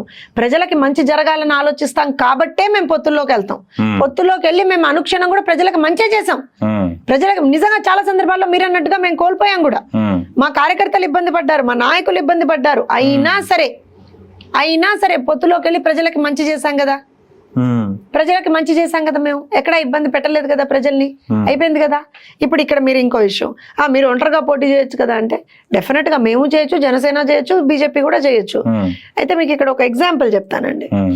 ఒక ఊర్లో ఒక ఉన్మాది ఉంటాడు. అంటే ఉన్మాది అంటే పిచ్చివాళ్ళు, లేకపోతే ఊరికి నష్టం చేసేటువంటి వాళ్ళు అనుకుందాం మనం. సో ఆ ఉన్మాదిని ఊరి నుంచి తరిమేయాలన్నప్పుడు ఊరంతా ఏకం అవుతుంది. ఇప్పుడు అందులో మీ వెనక 10 మంది ఉంటే మీ 10 మంది చాలు, తరిమేయడానికి మీ 10 మంది చాలు. కానీ నా వెనకున్న 10 మంది కూడా లేదు లేదు మేము కూడా కలిసి వస్తాం, ఎందుకనంటే వాటితోటి చాలా చాలా డ్యామేజ్ అవుతుంది, వాటితోటి చాలా డేంజరస్, అతను మన గ్రామం పాడైపోతుంది అని అనుకున్నప్పుడు అందరం కలిసి వెళ్తాం. అందరం కలిసి వెళ్తాం. అక్కడ బలం తక్కువ అని కలిసి వెళ్ళడం కాదు, బలాన్ని అందరం కూడా ఒక్క దీని మీదకి తీసుకొస్తాం. అది ఒక తాటి మీదకి రావడం, ఒక ఉన్మాదిని తరిమేయడానికి, ఒక దుర్మార్గాన్ని తరిమేయడానికి, ఒక ఏదైతే యాంటీ సోషల్ ఎలిమెంట్ ఉంటుందో దాన్ని తరిమేయడానికి అందరం ఏకం అవుతాం. అంటే ఈ కోణంలో చెప్తున్నారా? ఏ కోణమే ఉంది, ఇది వాస్తవ కోణం అంటున్నా నేను. ఇంతకు మించినటువంటి ఇంకో కోణమే ఉంటుంది. సింగిల్ గా గనక పోటీ చేస్తే గెలిచే సత్తా లేక దమ్ము లేకనే ఇలా చేస్తున్నారంటూ ఏదైతే వైసీపీ నేతలు ఆరోపణలు చేస్తున్నారో అందులో ఏమాత్రం వాస్తవం లేదంటారా? ఏమాత్రం వాస్తవం లేదు. ఎందుకు చెప్తాను వినండి. గత 5 సంవత్సరాలుగా తెలుగుదేశం పార్టీ, ఒకవేళ నా పార్టీ గురించి మీరు మాట్లాడమంటే, ప్రతి ఇష్యూ మీద తెలుగుదేశం పార్టీ ఫైట్ చేస్తుంది. ప్రతి ఒక్క అభాగ్యుడి వెనక తెలుగుదేశం పార్టీ ఉండి ఆ అభాగ్యుడికి భరోసాను కల్పిస్తున్నాం, ఆ భాగ్యుడితోటి మేము పోరాటాలు చేస్తున్నాం తనకు సంబంధించి. సో ఇలా ఉన్నప్పుడు ఖచ్చితంగా మీరు ఇప్పుడు ఎక్కడికైనా వెళ్ళండి, హ్యూజ్ రెస్పాన్స్ తెలుగుదేశం పార్టీకి, తెలుగుదేశం పార్టీ శ్రేణులకి, తెలుగుదేశం పార్టీ నాయకులకి హ్యూజ్ రెస్పాన్స్ వస్తుంది. చాలా సర్వేలు వచ్చాయి, తెలుగుదేశం పార్టీ గెలుస్తుందని వచ్చాయి, అన్నీ వచ్చాయి. సో డెఫినెట్ గా it is not that we cannot win. Again నేను మళ్ళీ చెప్తున్నాను, winnowing is just not the criteria. Winnowing ఒక్కటే కాదు, రాష్ట్రానికి మంచి కూడా జరగాలి. లాంగ్ టర్మ్ డెవలప్మెంట్ అనేటువంటి ఆ ప్లాన్ కూడా మేము వేసాను రాష్ట్రానికి. ఖచ్చితంగా ఒక ఉమ్మడి కార్యాచరణ అనేటువంటిది రాష్ట్రానికి ఇంపార్టెంట్. అలానే దాంతో పాటుగా మేం గెలవడం ఒకటే కాదు, రాష్ట్రంలో ప్రజాస్వామ్య పరిరక్షణ కూడా జరగాలి. ప్రజాస్వామ్య పరిరక్షణ జరగాలి అంటే ఖచ్చితంగా భావ సారూప్యత కలిగినటువంటి పార్టీలు ఒక తాటి మీదకి రావాల్సినటువంటి అవసరం ఉంది. అందుకనే వచ్చాం. వాళ్ళు 100 మాటలు చెప్పుకుంటారు, తిప్పి కొడితే రేపు పొద్దున సింగిల్ డిజిట్ కూడా వచ్చేటువంటి పరిస్థితి లేదు. వాళ్ళు బయటకు వచ్చి మేము సింహాలం మేము పుల్లం అని చెప్పి వాళ్ళు దిక్కుమాలిన ఎలివేషన్స్ ఇచ్చుకుంటూ ఉంటే చూసి మాలాంటి వాళ్ళం పక్కన నవ్వుకుంటున్నాం తప్పించి ఏం మాట్లాడలా. సరే ఇప్పుడు మేము సింహాలం మేము పులులం మేము సింగిల్ గా వస్తాం 175/175 అనేటువంటి వీరులు శూరులు ధీరులు కనీసం ప్రజల్లోకి వెళ్ళలేకపోతున్నారు కదా. ఇప్పుడు ప్రజల్లోకి వెళ్ళలేకపోతున్నారు కదా. 175 దగ్గర ఆగిపోయారు. వైనాట్ 175 కాదు, వైనాట్ 200. ఇప్పుడు వాళ్ళ నినాదం 175+25 MP. అంటే మీరేమన్నా కొత్త మ్యాథ్స్ అదే అంటున్నా, వాళ్ళదేమన్నా కొత్త మ్యాథ్స్ ఏమో. మా అదేంటిది సజ్జలు చెప్తారు చూడండి, మా ఓటర్లు వేరే అన్నాడు కదా మొన్న ఎమ్మెల్సీ ఎన్నికల్లో, అలాగా వీళ్ళ సీట్లు కూడా వేరే అనుకున్నారో ఏం పడో అనుకున్నా నేను ఒక క్షణానికి. అనగానే వాళ్ళకంటూ సాలిడ్ ఓట్ బ్యాంక్ ఉన్నదన్నది వాళ్ళ నమ్మకం. పెన్షన్లు ఇస్తున్నాం, బట్టలు నొక్కుతున్నాం, ఇలా రకరకాలుగా ఒకటి చెప్తాను, సంక్షేమ ఫలాలను అందిస్తున్నాం అన్నది వాళ్ళకి. సంక్షేమం అనేటువంటిది ఏ ప్రభుత్వం వచ్చినా చేస్తుందండి. ఏ ప్రభుత్వం వచ్చినా మీరు గమనించండి, సంక్షేమానికి ఆద్యులం మేము, సంక్షేమాన్ని తీసుకొచ్చింది మేము, 200 రూపాయల నుంచి పెన్షన్ స్టార్ట్ చేసింది మేము. సో సంక్షేమం అనేటువంటిది ఏ ప్రభుత్వం వచ్చినా చేస్తుంది. 200 నుంచి ఏకంగా 2000 ఎవరు చేశారు? చంద్రబాబు నాయుడు గారి ప్రభుత్వమే చేసింది కదా, అవునా కాదా? మరి ఇవాల్టి రోజున ఆ 2000ని కనీసం 3000 కూడా చేయలేకపోయాడు కదా. లాస్ట్ మంత్ కూడా ఎంత ఇచ్చారు? 2750 రూపాయలు. ఈయన చెప్పింది ఎంత? 3000. ఎక్కడ పోయింది అడగచ్చుగా. సో నేను ఏమంటాను అంటే సంక్షేమం ఏ ప్రభుత్వం అయినా చేస్తుంది. That is an on going process. ఇప్పుడు రేపు పొద్దున మేము వచ్చిన ఏ సంక్షేమ పథకాలని ఆపేది ఉండదు. ఏదైనా సరే ఎవరైనా సరే ఫర్ దాట్ మ్యాటర్. ఇప్పుడు ఎందుకు అప్పులు కుప్ప చేస్తాం? మేము సంక్షేమం ఇచ్చాం. ఆ రోజు నేను రాష్ట్రం అప్పులు కుప్పగా లేదే. ఇవాళ 14 లక్షల అప్పు ఉంది రాష్ట్రం మీద, కేవలం సంక్షేమం చేస్తున్నారు కాబట్టి. వినండి కానీ మేము సంపద సృష్టి కూడా చేసాం, అన్ని లక్షల జాబ్స్ తీసుకొచ్చాం, అన్ని లక్షల కోట్ల ఇన్వెస్ట్మెంట్స్ తీసుకొచ్చాం, రాష్ట్రాన్ని ఒక ప్రగతి పదంలోకి తీసుకెళ్ళాం. మేము సంపద సృష్టి చేశాను రాష్ట్రంలో. కానీ వీళ్ళు ఏం చేశారు? అప్పుల ఊబిలోకి రాష్ట్రాన్ని నెట్టారు ఇవాళ రోజు. మరి అలాంటి ఉన్న రాష్ట్రంలో ఒకవేళ మీ కూటమి ప్రభుత్వం ఏర్పడితే అది మీ వస్తుంది వచ్చే వరకు నేను ఒకవేళనే అడుగుతా. ఒకవేళ మీ ప్రభుత్వం గనక వస్తే, మీ కూటమి ప్రభుత్వం ఏర్పాటైతే ఇంకా పెంచిస్తా అంటున్నారు కదా సంక్షేమ ఫలాలు. మీదేదో సూపర్ 6 ఏదో ఉన్నట్టుంది కదా, సాధ్యమేనా? ఖచ్చితంగా సాధ్యం. ఆచరణకు సాధ్యం కానీ హామీలు ఇవ్వడం లేదా? ఎవరు కూడా ఖచ్చితంగా ఆచరణకు సాధ్యమైనటువంటి హామీలే తెలుగుదేశం పార్టీ ఎప్పుడైనా ఇస్తుంది. ఏ రకంగా ఇవాళ కూడా అదే ఇచ్చాం. ఏ రకంగా? మీకు గుర్తుంటే 90s లో చంద్రబాబు నాయుడు గారు ముఖ్యమంత్రి అయ్యారు. ఆ రోజున ఎంత హై ఏమంటారు అంటే ఇబ్బందులు, ఆర్థిక పరమైనటువంటి ఇబ్బందులు యావత్ ప్రపంచం, నాట్ ఓన్లీ ఆంధ్రప్రదేశ్ అని కాదు, ఒక ఫినాన్షియల్ ఎకానమీ పరంగా వి were all on a very down fall crisis situation లో ఉన్నాం. Even in that situation also Andhra Pradesh రాష్ట్రాన్ని అగ్రభాగాన పెట్టారు. ఐటీ ఇండస్ట్రీని తీసుకొచ్చారు, ఐటీ సెక్టర్ జాబ్స్ తీసుకొచ్చారు, అగ్రికల్చర్ లో ముందరకు తీసుకెళ్లారు. సో చంద్రబాబు నాయుడు గారు ఒక proven leader in that arena.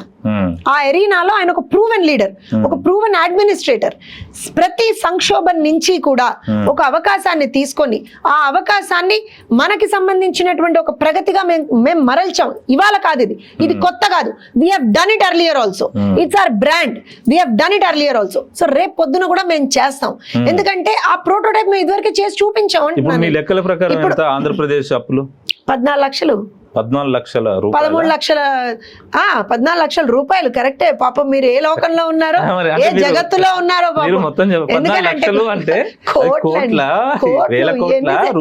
ఇప్పుడు జగన్మోహన్ రెడ్డి గారి ప్రభుత్వం వచ్చిన తర్వాత నాకు తెలిసి మాకన్నా ఎక్కువ జర్నలిస్టులుగా మీకే తెలుసు ఆయన ఎంత తప్పు చేస్తున్నాడు, ఏం చేస్తున్నాడు, ఎక్కడెక్కడి నుంచి తీసుకొస్తున్నాడు, ఏ కార్పొరేషన్లని నిర్వీర్యం చేశాడు, ఏ సప్లాన్లని ఎక్కడికి డైవర్ట్ చేశాడు, ఏం చేశాడు, అసలు ఎంత అప్పు.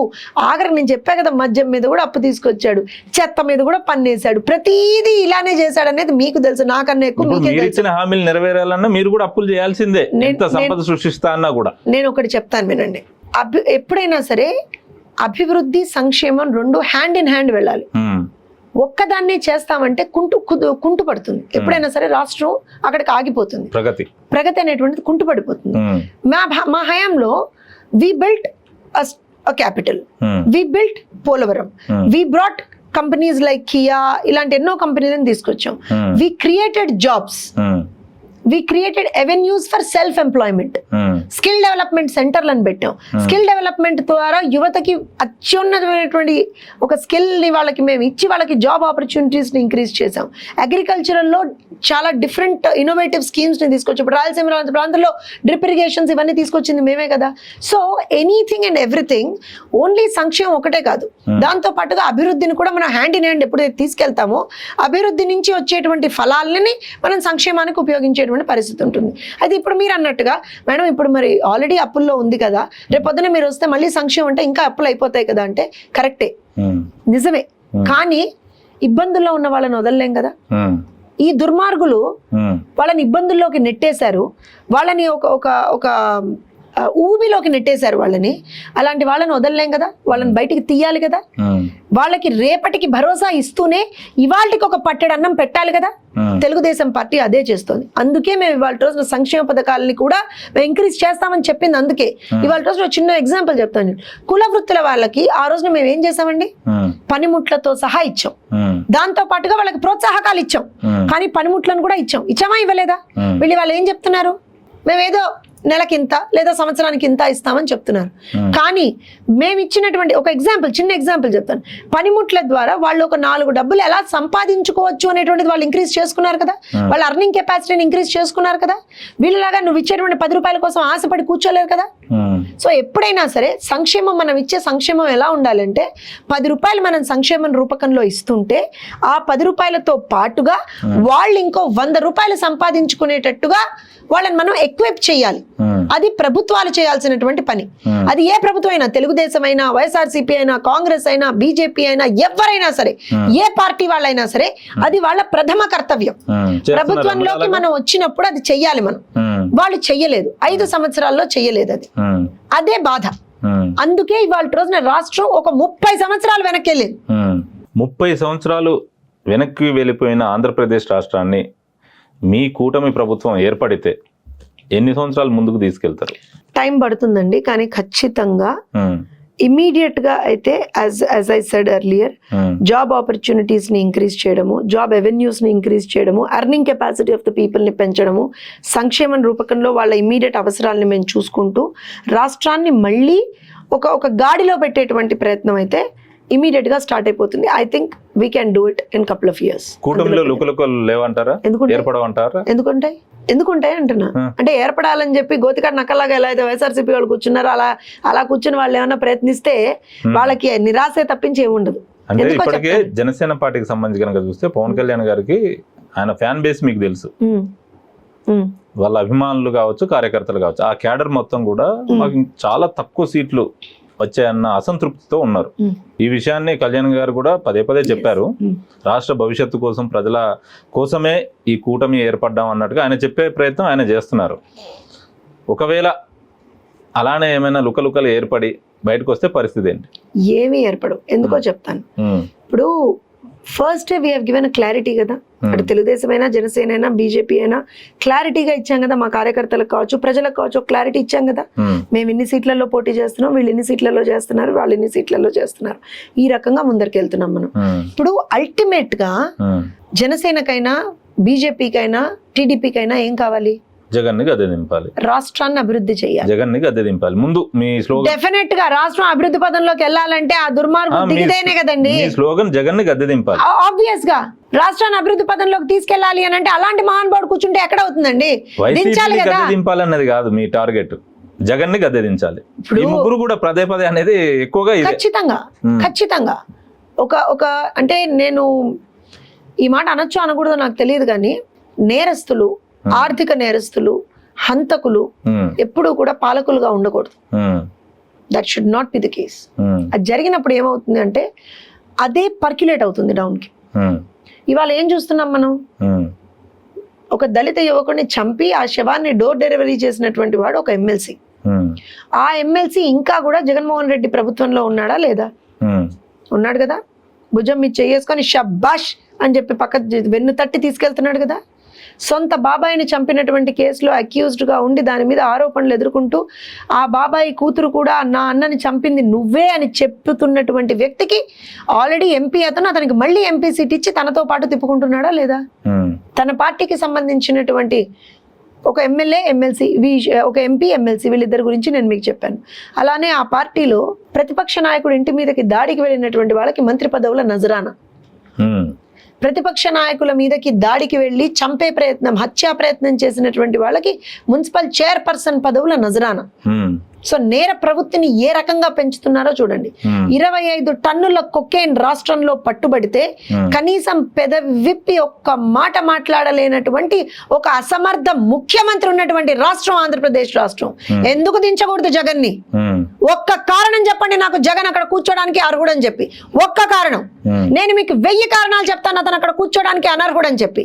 నైతికంగా అసలు ఇవాటి వరకు జగన్ కి ఏమాత్రమైన నైతిక బాధ్యత ఉంటే, నైతిక అనేటువంటి ఒక పదానికి అర్థం తెలిస్తే Jaganmohan Reddy should have resigned by now.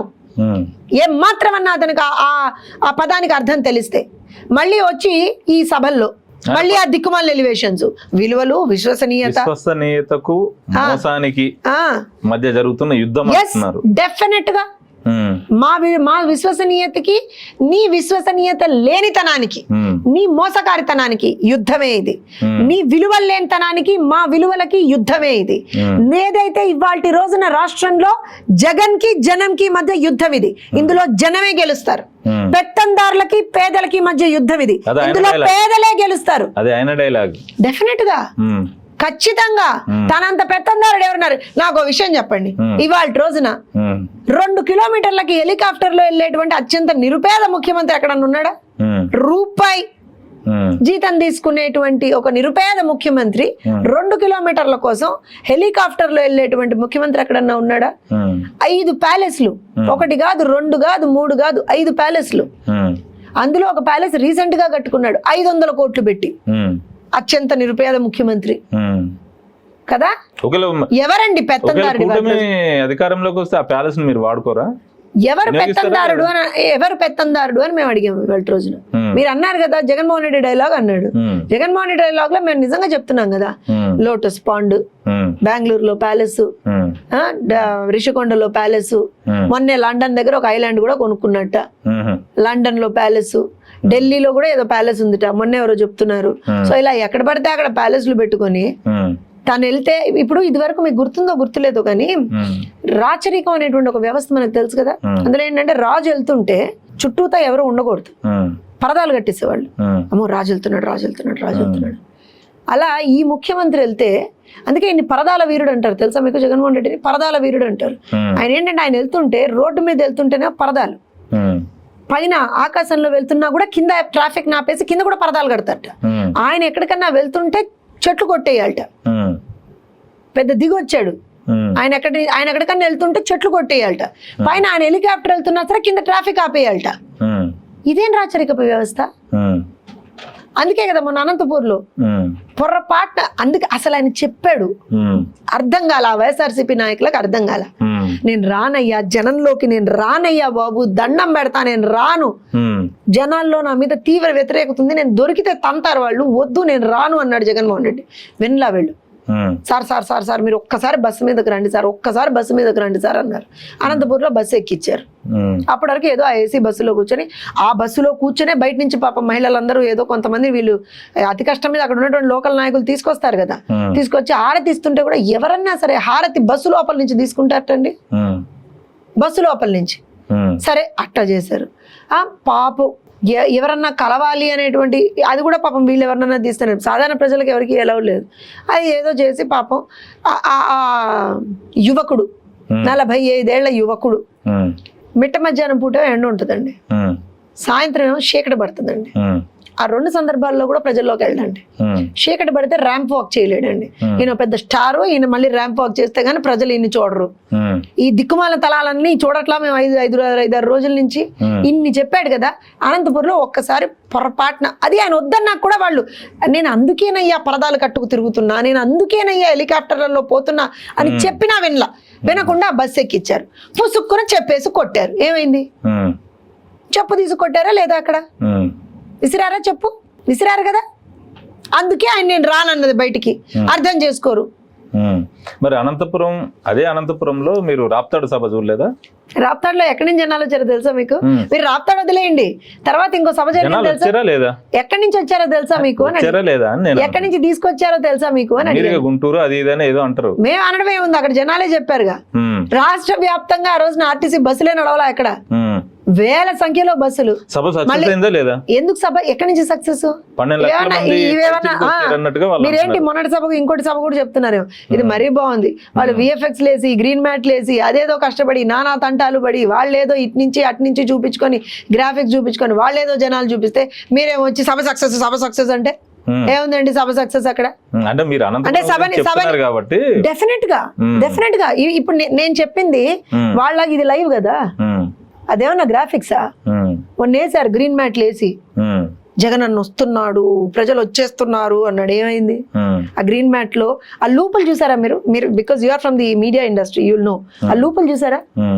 ఒక ఐఎమ్ సారీ బట్ ఒక హెరిటేజ్ బండి పెట్టారని అక్కడ 6 లూపులు ఆ హెరిటేజ్ బండి చుట్టూతా, 6 లూపులు, ఒకటే సెట్ ఆఫ్ పీపుల్. ఆ చేసి చచ్చేవాడు ఎవడన్నా సరిగ్గా చెయ్యాలా? ఆ గ్రాఫిక్స్ ఆ సోషల్ మీడియా టీమ్, ఆ సజల్ భార్గవ్ రెడ్డి చూస్తున్నట్టు ఆయనకన్నా ఎవరన్నా చెప్తే బాగుండు. అరే నాయన నువ్వు పెట్టే గ్రాఫిక్స్ అన్నా సరిగ్గా పెట్టావరా నాయన అని చెప్పాలి ఎవరన్నా. మీరు సలహా ఇవ్వకపోయారా? ఎందుకు చెప్తున్నా, నేను ఇప్పుడు చెప్తున్నాగా, ఇప్పటికన్నా మరి రేపు అలాంటి వాళ్ళది మాకెందుకండి, అలాంటి వాళ్ళది మాకెందుకు. మీ విలువైన సలహాలు సూచనలు నేను ఎందుకంటున్నా అంటే, నువ్వు ప్రజల్లోకి వెళ్ళాలి. ఇప్పుడు ఇదే వ్యక్తి 2019 ఎలక్షన్లకు ముందర ప్రజల్లోకి వెళ్ళాడు కదా, పాదయాత్ర చేశాడు కదా. సరే ఇప్పుడు ముఖ్యమంత్రి నేను చేయలేను, నాకు సటన్ ఇవ్వున్నాయి అని చెప్తున్నాను, కానీ ఎందుకు ప్రజల దగ్గరికి రానివ్వట్లా? కనీసం ఇప్పటి వరకు సరే ప్రజలను వదిలేయండి, మీరు మీడియా పర్సన్ కార్యక్రమాలు అవ్వ అత్త తాత అని అంటారు కదా, నిన్న కూడా జరిగింది కదా. మీకు దాని విజువల్స్ రాలేదా? నేను పంపిస్తాను అమ్మ, పక్కన దాని తర్వాత ఏర్ చేయండి అమ్మా. కందకాలు తవ్వితే ఆ కందకాలని దూకి పారిపోతున్నారు పోలీసులు. ఇంత పెద్ద పెద్ద పోలీసులు కూడా అక్కడ నిలబడితే వాళ్ళని కూడా తోసుకొని వెళ్ళిపోతున్నారు. గేట్లకి లాకులు వేస్తే ఆ గేట్ల లాకులు కూడా పగలగొట్టి వెళ్ళిపోతున్నారు. జనాలు ఎక్కడ ఉంటున్నారు అక్కడ? జనాలు ఎక్కడ ఉంటున్నారు అక్కడ? అంటే మీ సభలకు స్వచ్ఛందంగా తరలి వస్తున్నారా? మరి మావే గ్యాదరింగ్ లేదా? మేము ఒకటి చెప్తున్నాం, ఎక్కడ గ్యాదరింగ్ లేదా? నేను ఒకటి చెప్తున్నా, మా సభలు ఏవైనా సరే లైవ్ ఫుటేజెస్ ఉన్నాయి. జోష్నా గారు అబద్ధం చెప్పరు. నేను అదే చెప్తున్నాను, లైవ్ ఫుటేజెస్ ఉన్నాయి. అసలు గ్యాదరింగ్ ఉండదా? పొలిటికల్ పార్టీస్ లో గ్యాదరింగ్ ఉండదా? వాట్ ఐఎమ్ సేయింగ్, గ్యాదరింగ్ ఉంటది అని నేను ఉంటదా? ఉండదా? ఎవరైనా సరే అక్కడ ఉన్నటువంటి నాయకులు సరే అమ్మా మీరు వస్తారా సభకని అడుగుతారు, తీసుకొస్తారు, కాదని నేను అనట్లా. కానీ వచ్చిన వాళ్ళు ఎవరు కూడా అలా పారిపోరు కదా అంటున్నా. మా సభల నుంచి ఎవరైనా పారిపోయిన సందర్భాలు చూసారు మీరు? ఆయన ముఖ్యమంత్రి కదా, రాష్ట్ర సీఎం కదా ఆయన, మరి చెప్పాలి కదా జనాలకి. ఆయన చెప్తుంటేనే జనాలు పారిపోతున్నారు కదా. మరి ఎందుకు మీకు ఆయన అంటే అంత కోపం, ద్వేషం? నాకేమన్నా మీరు భలే ఉన్నారండి, నాకేమన్నా ఆయనతో పొలం పంచాయతీ ఉందా, గట్టు పంచాయతీ ఉందా, ఇంకేమన్నా? జగన్ గారి పేరు చెప్తేనే మీరు అవును, మరి రాష్ట్ర ప్రజలకు ఎవరు అన్యాయం చేస్తే వాళ్ళ మీద మాకు అంతే కోపం ఉంటుంది. 5 సంవత్సరాల్లో నేను ఒక విషయం అడుగుతానండి, ఇవాళ రోజున 5 సంవత్సరాల్లో ఒక్క వర్గానికి మంచి చేశాడు జగన్మోహన్ రెడ్డి అని చెప్పండి. మీరు ఇంత కోపం ఎందుకు చూస్తున్నారు గారు మీకు అని అంటే, జగనన్న కాలనీలని ఇస్తున్నారు కదా, మీ టీడీపీ కార్యకర్తలకు కూడా వచ్చినాయి. ఎక్కడ రాలేదా? నీళ్ళల్లోనా? వచ్చినాయి, రాలేదు. ఎన్ని లక్షల టిడ్కో ఇళ్లు కడితే వాటిని నిరుపయోగంగా చేశాడు. నీకు నిజంగా పేద ప్రజల పట్ల ఒక నిబద్ధత ఉంటే, అది ఛాలెంజ్, నీకు నిజంగా పేద ప్రజల పట్ల ఒక నిబద్ధత ఉంటే టిడ్కో ఇళ్లను ఎందుకు నిర్వీర్యం చేసావు? ప్రజావేదికను ఎందుకు కూల్చేసావు? పట్టెడన్నం పేదవాడికి పెట్టి అన్న క్యాంటీన్లు ఎందుకు కూల్చేసావు? ఈ వీటికి సమాధానం చెప్పండి. ఇవాల్టి రోజున రాష్ట్రంలో ఉన్నటువంటి యువతని నువ్వు గంజాయికి మద్యానికి బానిసలుగా తయారు చేయలేదా? విచ్చల విడిగా మద్యం అమ్మకాలు, విచ్చల విడిగా గంజాయి అవైలబిలిటీ. ఇవాళ రోజున మీరు అన్నారు చూసారా, ఎందుకు జోష్నా గారు మీకు అంత కోపం అంటే, ఒక తరాన్ని నాశనం చేశాడండి జగన్మోహన్ రెడ్డి. ఒక తరాన్ని, ఒక జనరేషన్ ని నాశనం చేశాడు Jaganmohan Reddy. Financial indiscipline, financial గా రాష్ట్రం ఇబ్బంది పడ్డము, అప్పులు, ఇవన్నీ కూడా బికాస్ చంద్రబాబు నాయుడు గారు ఉన్నారు, ఆయన ఒక సీజన్ పొలిటీషియన్, బీజేపీ ఉంది, జనసేన ఉంది, we can somehow get it out of it. ఏదో ఒక రకంగా మేము చేస్తాం. కానీ గంజాయికి మత్తుకి బానిస అయిపోయినటువంటి పిల్లల్ని ఎలా బయటికి తీసుకొస్తాం? మా పిల్లల బంగారు భవితవ్యాన్ని పాడు చేసినటువంటి ఒక దుర్మార్గుడు కదా అక్కడ కూర్చున్నది. కోపం ఎందుకు రాదు నాకు? పసిపిల్లల్ని మామ మామ మామ అని చెప్తూ, మీ మామయ్య అని చెప్తూ ఒక కంస మామయ్య లాగా తయారయ్యి వాళ్ళ జీవితాలతో ఆడుకుంటున్నాడు ఇవాళ రోజున. పాఠశాలలను డెవలప్ చేశారు కదా, ఎక్కడ చేశాడు? రండి చూపిస్తా అంటున్నా నేను. ఎక్కడి నుంచి చేశాడని చెప్తున్నా నేను. రాష్ట్ర వ్యాప్తంగా ఎన్ని స్కూళ్ళు ఉన్నాయి, ఎన్ని స్కూళ్లలో నువ్వు నాడు నేడు అని చెప్పి ఒక స్కామ్ చేశావు, ఎన్ని స్కూళ్లను నువ్వు అభివృద్ధి చేశావు, ఎన్ని స్కూళ్లలో ఎంత రకమైనటువంటి సౌకర్యాలు తీసుకొచ్చావు చెప్పు. ఎంత సిగ్గుమాలినతనమో చెప్తాను, ఎంత సిగ్గుమాలినతనమో చెప్తాను నేను మీకు. ఇవాటి రోజున అమ్మఒడి ఇస్తానని చెప్పాడా? ఏం చెప్పాడు? 15,000 ఒక్కొక్క పిల్లలకి, ఎంతమంది ఉంటే అంతమందికి. ఎవరు చెప్పింది ఇది? సాక్షాత్తు భారతిరెడ్డి గారు క్యాంపెయినింగ్ లోనే. అన్నా అక్క ఎంతమంది ఉంటే అంతమందికి అక్క జగన్ అన్న వచ్చి నాకు ఇస్తాడక్క, భారతిరెడ్డి గారే చెప్పారు. ఏమైంది? కట్ చేస్తే 2 పిల్లలకి అన్నాడు. పోనీ 2 పిల్లల కన్నా ఇస్తాడనుకుంటే 15,000 ఇయ్యట, 13,000 ఇస్తాడట. ఆ 2,000 స్కూల్ డెవలప్మెంట్ కిట, బిల్డింగ్ డెవలప్మెంట్ కిట. మరి నాడు నేడు ఎందుకు పెట్టావు మళ్ళా? ఇదేం డబ్బులు, అవేం డబ్బులు? ఎవడి జాగిరు, ఎవరి డబ్బులు? ప్రజల డబ్బులే కదా. ఏం జగనన్న జేబుల్లోంచి ఏమైనా ఇస్తున్నాడా అమ్మోడి, లేకపోతే జగనన్న జేబుల్లోంచి ఏమైనా తీసిస్తున్నాడా? ఇది కదా అడగాల్సింది. ఇవాటి రోజున ఇంత ప్రతిదాన్ని స్కామ్. నా బాధ ఏంటంటే ప్రతి దాంట్లోనూ స్కామే. ఆఖరికి చిన్న పిల్లలకి ఇచ్చేటువంటి చిక్కీల్లో కూడా స్కామ్ చేసినటువంటి దుర్మార్గుడు కదా.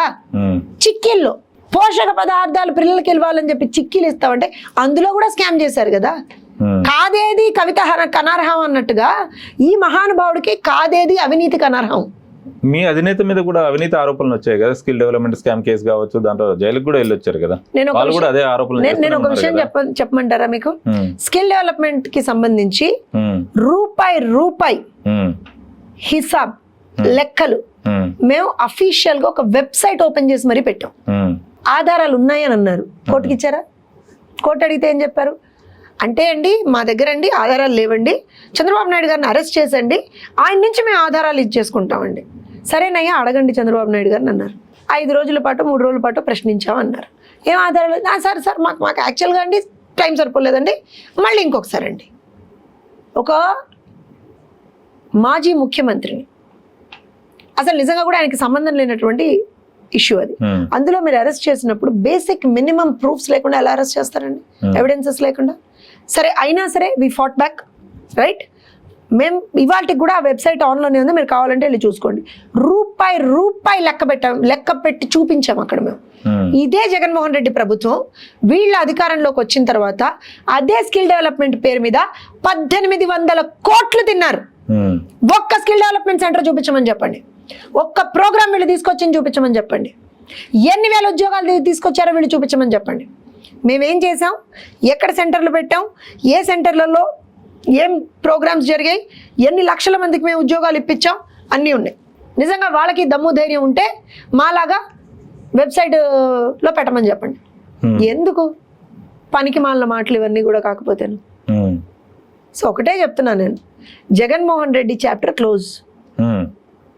సినిమాకి ఎండ్ కార్డు పడింది. ఇప్పుడు ఆయన ముఖ్యమంత్రి కూడా కాదండి, ఆపద్ధర్మ ముఖ్యమంత్రి ఆయన.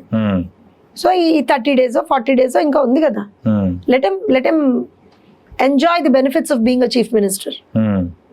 ఆ తర్వాత ఎవరంటారు? కూటమి అధికారంలోకి వస్తుంది. కూటమిలో ఎవరు? నారా చంద్రబాబు నాయుడు గారు. అంతే అంటారా? That was watt power sharing ఉంటుందా? అది that has to be decided. ఇంకా దానికి సంబంధించినటువంటి మాటలు ఏదైనా ఉంటే అది వచ్చినప్పుడు ఖచ్చితంగా చెప్తాం.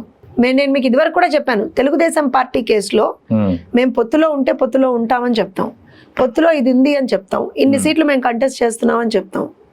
ఎక్కడ ఏ విధమైనటువంటి డీవియేషన్స్ ఉండవు. తెలుగుదేశం పార్టీ నాయకురాలిగా అభిమానిగా ఆ పార్టీకి సంబంధించి కనుక మీరు చూస్తే, అంటే ఆ క్యాడర్లో ఉన్న ప్రశ్నలనే నేను అడుగుతున్నా.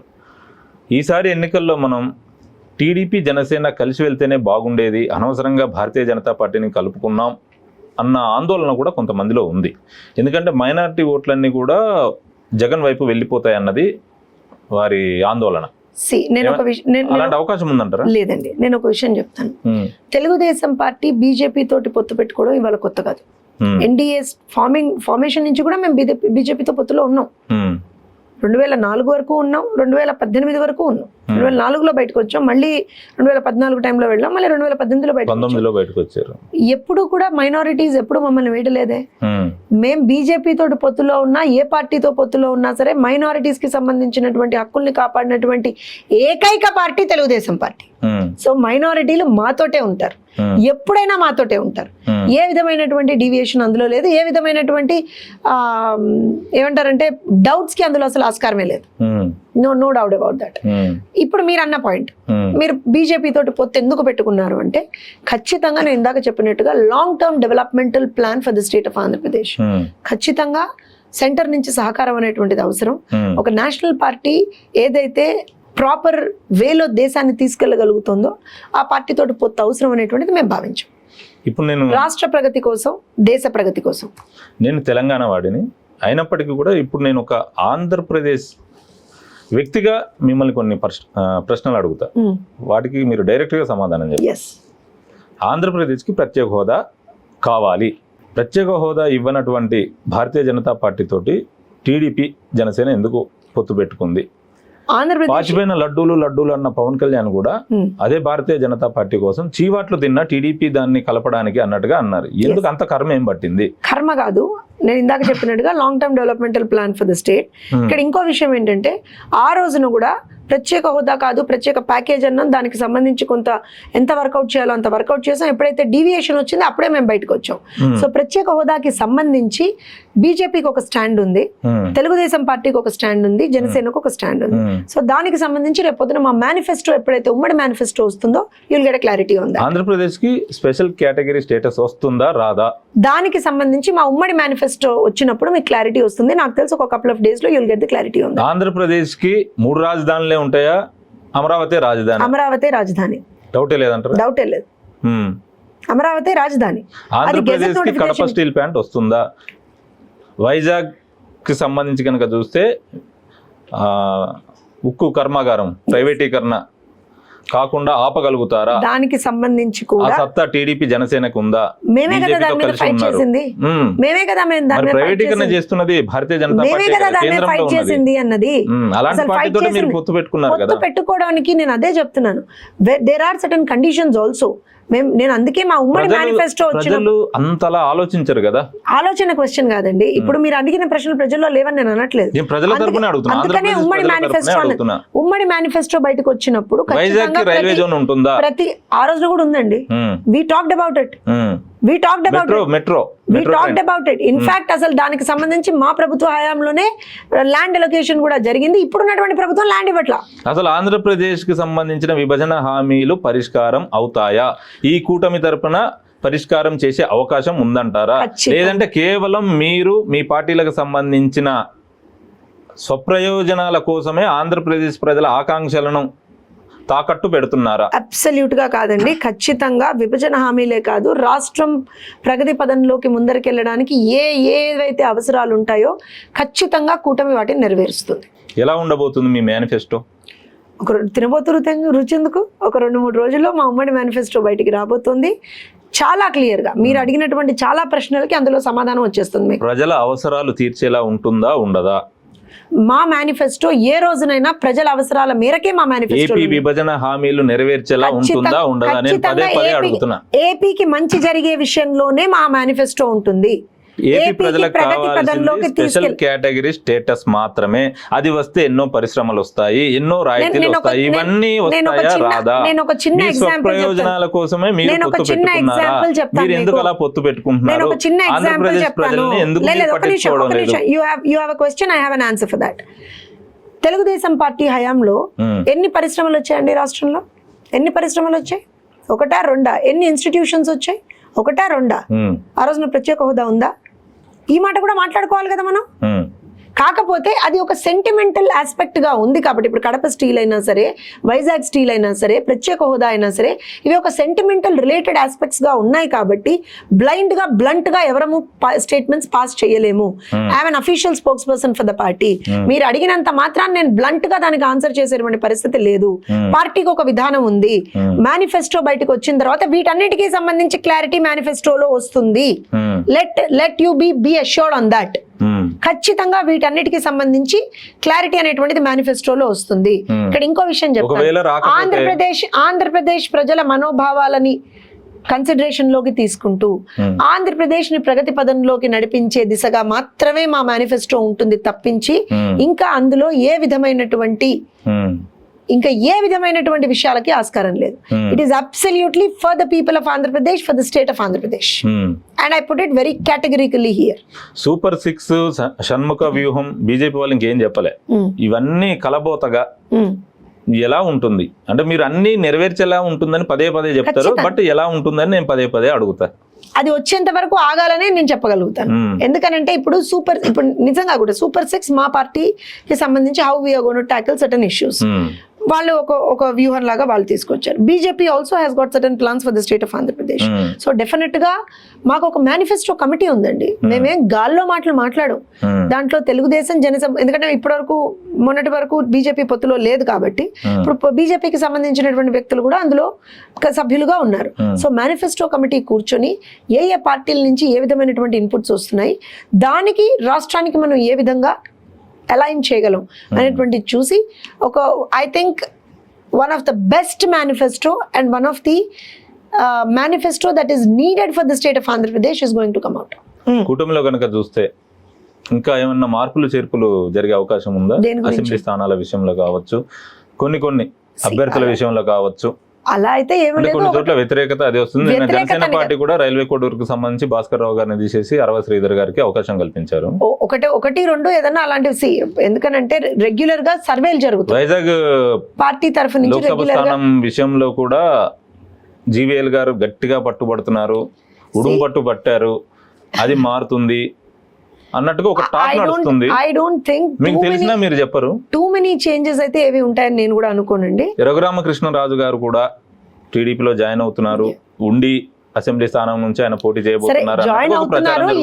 చంద్రబాబు గారిని కూడా కలిశారు. జాయిన్ అవుతున్నారు, ఎక్కడి నుంచి ఏంటి అనేటువంటిది అయితే నాకు తెలిసి ఒక 1-2 days లో క్లారిటీ వచ్చేస్తుంది. టీడీపీ చాలా వ్యూహాత్మకంగా వెళ్తుంది. జనసేన పార్టీలో కూడా టీడీపీ వాళ్ళని ఎక్కడైతే టీడీపీలో ఉన్న వాళ్ళకి అవకాశం దక్కలేదో వాళ్ళని టీడీపీ అటు పంపి జనసేన పార్టీలో కూడా టికెట్లు ఇప్పించుకుంటున్నారు, బుద్ధప్రసాద్ గారు కావచ్చు, ఎవరైనా కావచ్చు అన్నట్టుగా ఒక టాక్ బయట ఇది నడుస్తుంది. ఎలా ఉందంటే ఇప్పుడు మా పార్టీ నాయకుల కర్మాగారం. సో డెఫినెట్ గా మీరు ఏ పార్టీ తీసుకున్నా మా పార్టీ నుంచి వెళ్ళిన నాయకులే కనబడతారు. అంటే మొత్తంగా So, దేంట్లో చూసినా ఖచ్చితంగా- కూడా డిఎన్ఏ మీ వాళ్ళదే అంటారు. అట్లా అని కాదు, see because we have that history of creating leaders. హ్మ్. సో మేము అలాంటప్పుడు మీరు ఇవాళ వైఎస్ఆర్సీపీలో చూసినా మా పార్టీ నుంచి వెళ్ళిన వాళ్ళు ఉన్నారు, హ్మ్. అలానే మీరు తెలంగాణలో చూసినా మా పార్టీ నుంచి వెళ్ళిన వాళ్ళు ఉంటారు, హ్మ్. ఈవెన్ కాంగ్రెస్ ఎక్కడి నుంచైనా ఉంటారు. సో వాళ్ళు అక్కడికి వెళ్ళి టికెట్ తెచ్చుకున్నారంటే మా పార్టీ ఇప్పించిందని ఎలా చెప్తాం మనం? అలా ఏం ఉండదండి. అంటే ఏ పార్టీ ఇప్పించలేదంటారా? విధానం ఆ పార్టీకి ఉంటుందండి. Hmm. ఇప్పుడు మేము కేవలం ఏమాత్రం ఇన్ఫ్లుయెన్స్ చేయలేదంటారా? ఎందుకు ఉంటుంది అంటాను. ఇన్ఫ్లుయెన్స్ ఎక్కడ ఉంటుందో చెప్పమంటారా? హ్మ్. What is the winnowing strategy for that particular constituency? Because మేము కూటమిలో ఉన్నాం కాబట్టి ఆ కాన్స్టిట్యున్సీకి ఏంటి విన్నింగ్ స్ట్రాటజీ? కూటమిలో మీరు గెలవాల్సిన స్థానాలను కూడా కొన్ని బీజేపీకి అనవసరంగా ఇచ్చారన్నట్టుగా టీడీపీ వర్గాల్లోనే వినిపిస్తున్న మాట. ఇవన్నీ ఒక చిన్నపాటి డిసెంట్ అనేది ఉంటుందండి. దాన్ని భూతద్దంలో పెట్టి చూడాల్సినటువంటి అవసరం లేదు. హ్మ్. ఖచ్చితంగా ఒక మనం 3 పార్టీలు కలిసి అలయన్స్ లోకి వెళ్ళినప్పుడు కుటుంబం అది హ్మ్. చిన్న పార్టీ అలకలు ఇవన్నీ ఉండవా? ఉంటాయి. హ్మ్. దాన్ని ఎలా సాల్వ్ చేసుకోవాలో కూడా మాకు తెలుసు, సాల్వ్ చేసుకుంటున్నాం కూడా. హ్మ్. పాపం దాన్ని ఏదో ఇలా పెట్టి చూపిద్దాం అని అనుకుంటున్నటువంటి వైఎస్ఆర్సీపీ వాళ్ళకి అక్కడ ఏం దొరకదు. హ్మ్. Let them focus on their own party. Hmm. ఆ పార్టీలో ఉన్న లోకలకే వాళ్ళు ఏం చేయాలో అర్థం కాక వస్తా ఉన్నారు. హ్మ్. ఏ రోజున ఏ క్యాండిడేట్ ఎక్కడి నుంచి వెళ్ళిపోతాడో తెలియకుండా ఇబ్బంది పడుతున్నారు వాళ్ళు. హ్మ్. So let them be. Me party సంగతి మీరు చూసుకుంటారా నాయన? ఫస్ట్ హ్మ్. ఆ పులివెందులు గెలుస్తారో లేదో అది ఫస్ట్ చూసుకోండి. హ్మ్. అంతే కదా. వైసీపీ కూడా చాలా వ్యూహాత్మకంగా అడుగులు వేస్తుంది. ఉమ్.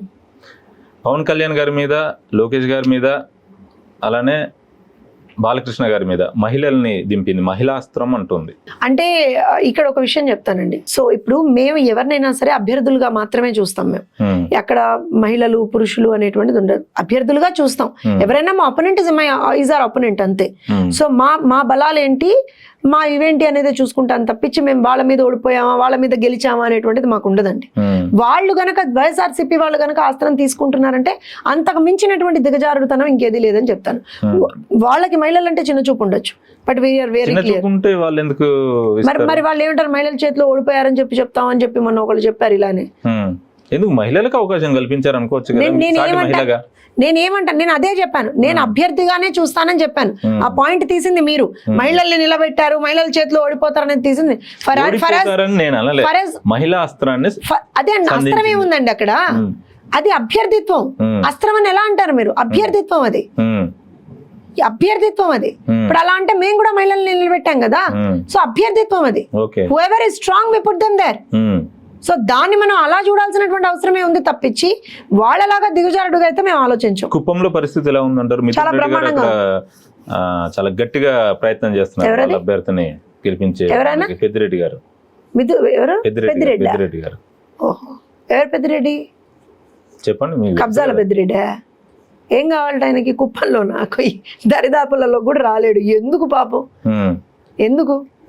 కుప్పం మా అడ్డా, కుప్పం మా అడ్డా. ఎందుకంటే అక్కడ మేము చేసినటువంటి అభివృద్ధి మీకు ఇంచులో కనపడుతుంది, ఇంచులో. వీళ్ళలాగా దొంగ గేట్లు తీసుకొచ్చి దొంగ నీళ్లు తీసుకొచ్చి మేము ఏ రోజున చేయలే. ప్రజలకు ఏది కావాలో అది చేసాం. అక్కడ ఇవాల్టి రోజున చంద్రబాబు నాయుడు గారి ఎలా అంటే ఇన్ఫ్లుయెన్స్, ఆయన ఇంపాక్ట్ ఏ రకంగా ఉంటుందంటే, మొన్న బెంగళూరులో నా ఫ్రెండ్ ఒకళ్ళు జస్ట్ అక్కడ కొబ్బరి బొండాలు అమ్ముకునే వాళ్ళ దగ్గరికి వెళ్ళి కొబ్బరి బొండాలు తాగుతుండే, అమ్మ ఏ ఊరమ్మా మీది అని అడిగారు. చంద్రబాబు నాయుడు కుప్పం అన్నారు. దట్ ఈస్ చంద్రబాబు నాయుడు గారు, that is our impact on Kuppam. అందుకే అన్న కుప్పం మా అడ్డా. టచ్ కూడా చేయలేడు ఎవడు అక్కడ. ఎందుకంటే వాడు దానికి కూడా కారణం చెప్పారు. ఏమ్మా మరి ఇక్కడ ఉన్నావు అని అంటే, అయ్యా 4 సంవత్సరాల నుంచి మమ్మల్ని చాలా ఇబ్బందులకు గురి చేస్తున్నాడు జగన్మోహన్ రెడ్డి, ఎప్పుడు చంద్రబాబు నాయుడు గారు వస్తారా వెళ్ళిపోదామని చూస్తున్నాం అయ్యా అన్నారు. సో అంటే నాకు ఎక్కడ ఇదనిపించిందంటే, the moment you asked her ఎక్కడ ఎవరమ్మా మీది, మామూలుగా ఇప్పుడు మనం ఏదైనా ఒక ఆటో ఎక్కినా లేకపోతే ఏదైనా షాప్కి వెళ్ళినా ఎవరమ్మా మీది అని అడుగుతాం కదా, చంద్రబాబు నాయుడు కుప్పం అన్నారు. So that is the level of impact he has created in the lives of the people in Kuppam. So కుప్పాన్ని టచ్ చేయడం వాళ్ళ వల్ల కాదు.